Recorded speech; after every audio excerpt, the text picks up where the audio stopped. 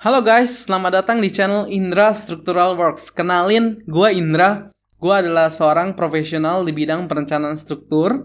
Gue menjalani profesi ini udah sekitar 6 tahun.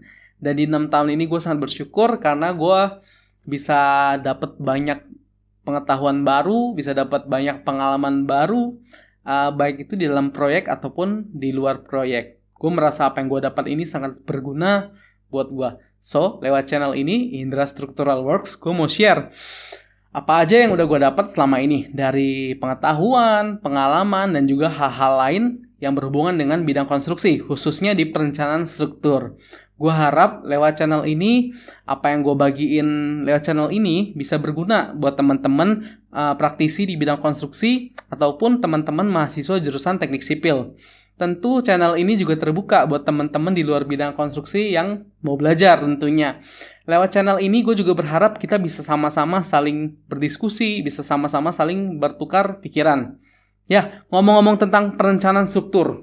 Apa sih itu perencanaan struktur? Biar gampang, gue akan menggunakan satu contoh yang sederhana. Misalnya, kita mau mendirikan satu bangunan. Katakan itu rumah ya. Secara umum kita memerlukan 4 pihak terkait.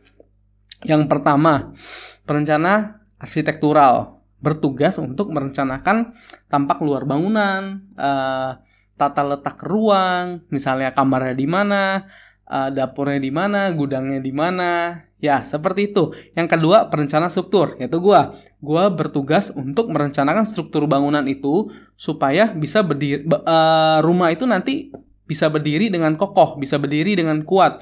Itu dari pondasinya, dari baloknya, dari kolom-kolomnya, sampai ke atapnya.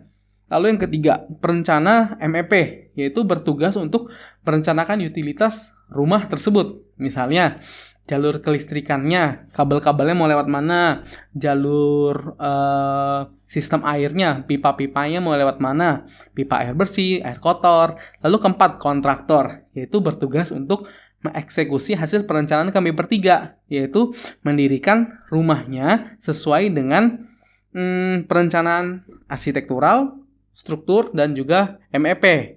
Nah, ada satu analogi juga yang mempermudah kita bisa mengerti, yaitu analogi tubuh manusia. Misalnya kita mau mendirikan, tanda kutip mendirikan tubuh manusia ya, diperlukan arsitektural, perencanaan arsitek untuk merencanakan tampak luar tubuh manusianya.